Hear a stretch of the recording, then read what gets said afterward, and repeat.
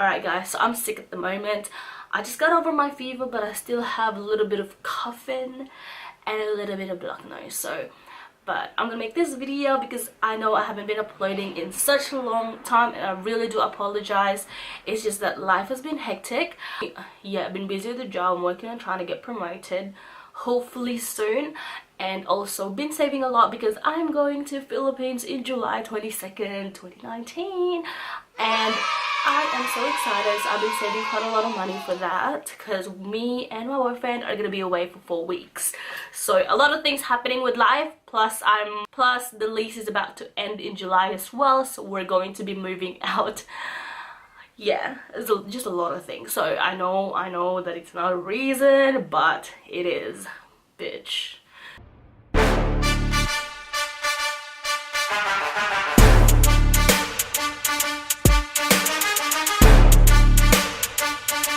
So hello dabblers, and welcome back to my channel. And today's video, girl, is going to be a story time about this one time that happened to me last year, which still shook me up until this date. So yeah, I have a dog named Molly, and she has been with me for like, I don't know, freaking 8-9 years. She's like my first dog, and like I love her to bits. I would do anything for her. She's a Maltese. She's a small dog, and if you guys have been watching my previous video, you would see her in some of those videos.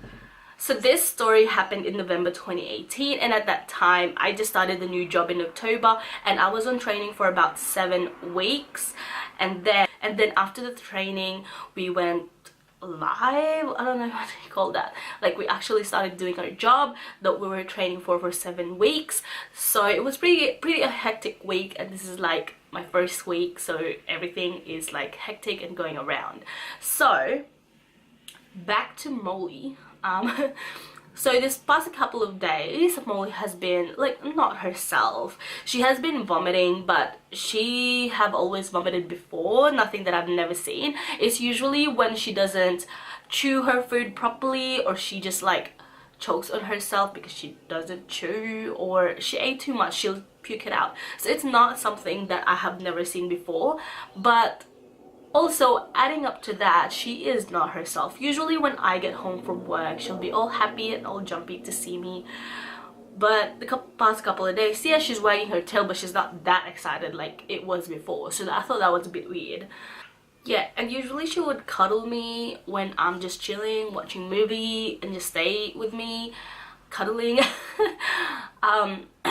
But this time she would, because she have a little space in the closet where she stays and no one bothers her there. When she goes there, it means like, bitch, don't, I'm not in the mood. Okay, yeah, she got an attitude. So this one day I was going to work. This is like my first week of actually doing the job that I was trained for. During that day as well, Ryan, my boyfriend, had the time off work, and he's like, oh, do you have any errands for me to run? And I was like, oh yeah, Molly's been vomiting, Molly's been, you know, a bit weird, not excited, not herself. So like I asked him if he has time to take her to the vet just in case. But you know, at this time I wasn't worried. Usually, you know, she have her mood swings, so I wasn't that worried at all. So yeah, so I went to work. I did my first day. Everything was good. We met our team leaders, we met our team.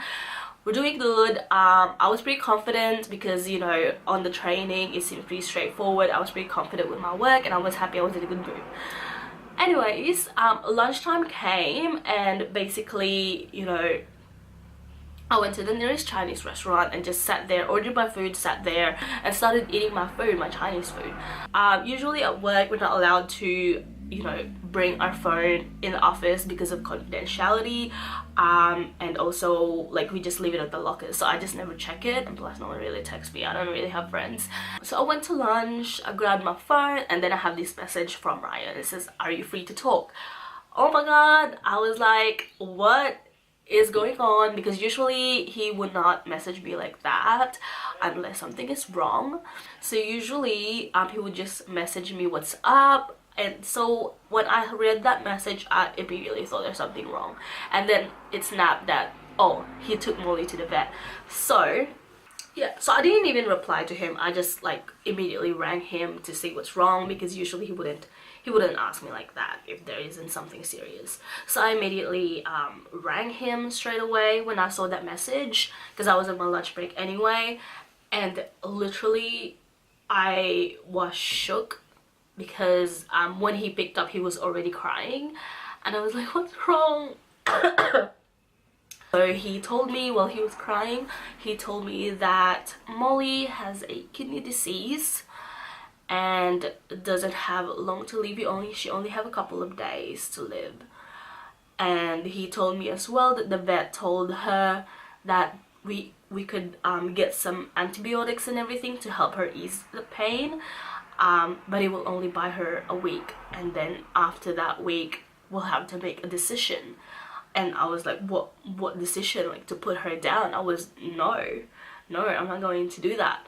I was eating my Chinese food, and I have that, you know, I had that news, so I wasn't in the mood to eat anymore. I went upstairs because I told him like, oh, I'll try and get off work now if I can, and then we'll do whatever. I don't know. I don't have a plan at this time. I just want to like get to Bali, wrap my head around this, and just do something. I don't know, something. So I finished my lunch. I let him go. I told him that I'll give him a call if I'm able to get off work early. So I got upstairs. I tried to find my team leader first, but he wasn't there. I figured that he would be on his lunch break, because it's 12 o'clock, and usually this is the time that people go on their lunch breaks. So I tried to like go back to work and just brush it off for now until I find my team leader, but I was not in a good state of I was not in a good state emotionally. I literally was just in the computer, in front of the computer, and I just like tears coming down on my face. So I was like, no, I can't do this. So I like went out of the office and just started bawling my eyes off. Like, I have to get out of here. I have to go to Molly. I have to do something, anything. So one of my friend walked past. She just finished her break during that time. So one of my friend walked past, and she's like, hey, and then she like, I was like this and look up to her, because I was like sitting on the floor, and look up to her bawling my eyes off, and then she was like, oh, what's wrong, what's going on? And then I told her that, like, you know, this and that's happening. I don't know what's going on. I need to get out of here. I need to, I don't know, I need to see my dog, because like my dog is my life, girl. So her blessed soul, like, she left me there, and she said that she'll try and find a team leader to help me out and to let me go, kind of thing. So she found a team leader, and I told him everything, that like I'm not in a good state of mind at the moment to work, especially my work.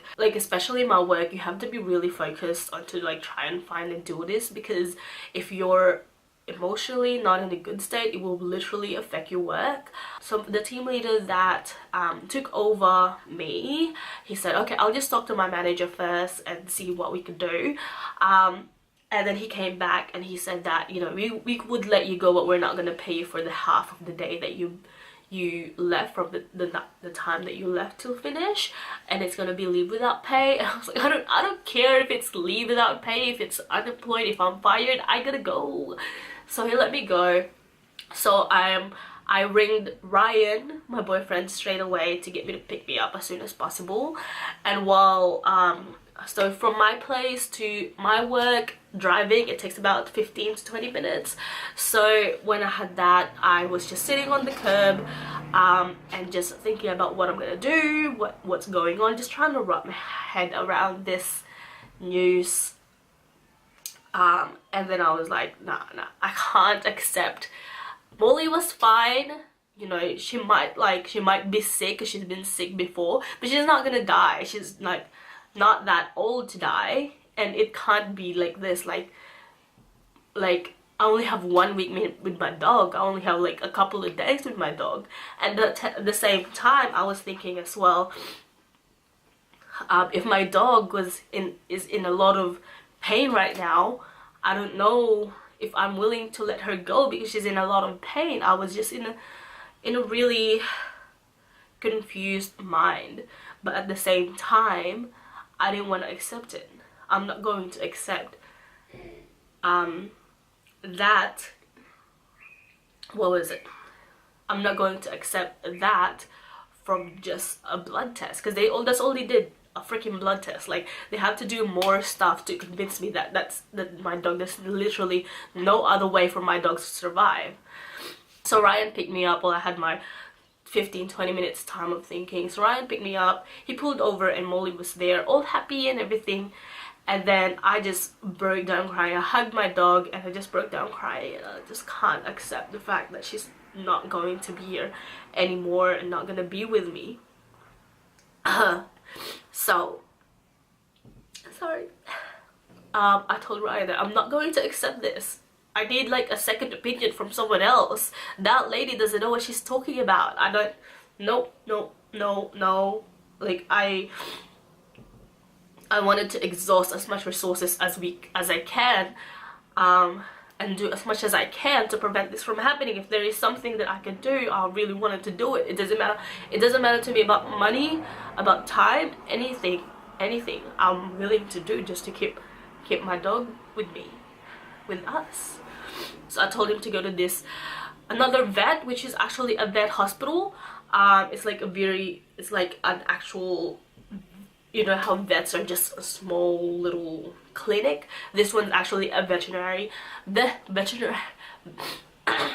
hospital. They do like surgeries and do like other animals as well. Like, it's actually like high-end kind of vet. And they are pricey, but I don't care. I wanted someone to tell me that all of this is a mistake. So we went there. We brought Molly. The receptionist told us to wait till a vet is available.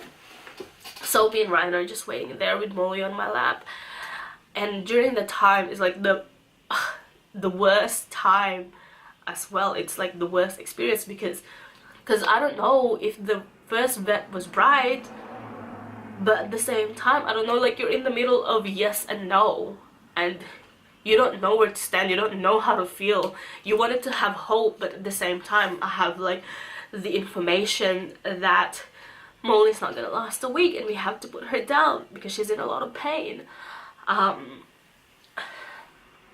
So I can't help but like cry as well, and Ryan was crying, and like it's just like a really shit time. And we're just waiting there until a vet is available to see us. So we got cold, and then we told them everything about the first vet happening. They requested the blood result from the first vet to see what's actually going on. And literally I started bawling out again when the vet lady told us that Molly does have a kidney disease. And I was like, what? So it's all true. It's like this moment, it's like, no. So basically this moment was telling me that all the first vet was saying was true. So I was like, oh, what can we do, you know? And so she didn't even sound worried at the time. Me and Ryan doesn't really know much about kidney diseases with animals, so at the time we're just like, holy shit, this is the worst freaking disease that could happen to my dog, and I can't deal with this.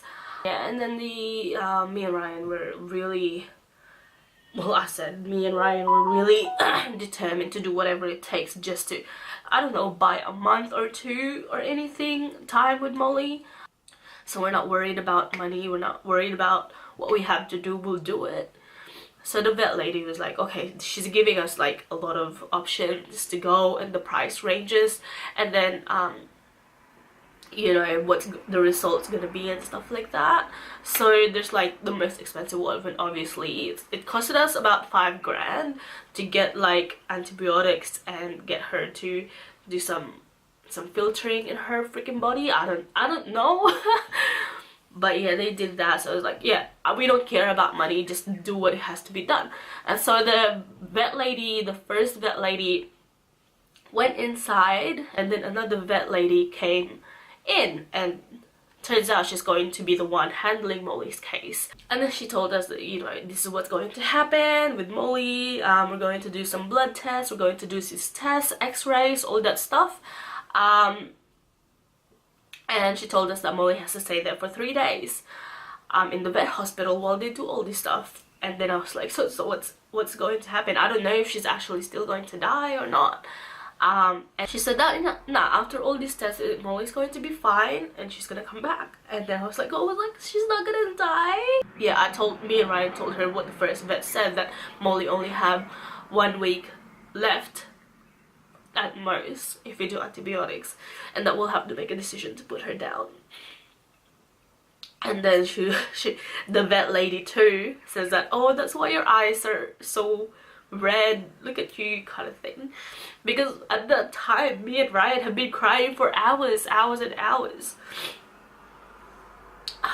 So yeah, so we left Molly there. So they're gonna do all the things that they're gonna do. They did like x-rays, more blood tests, some filtering thing that they're gonna do. They fed her a strict diet. And then we came back after 3 days. Gave us little Molly!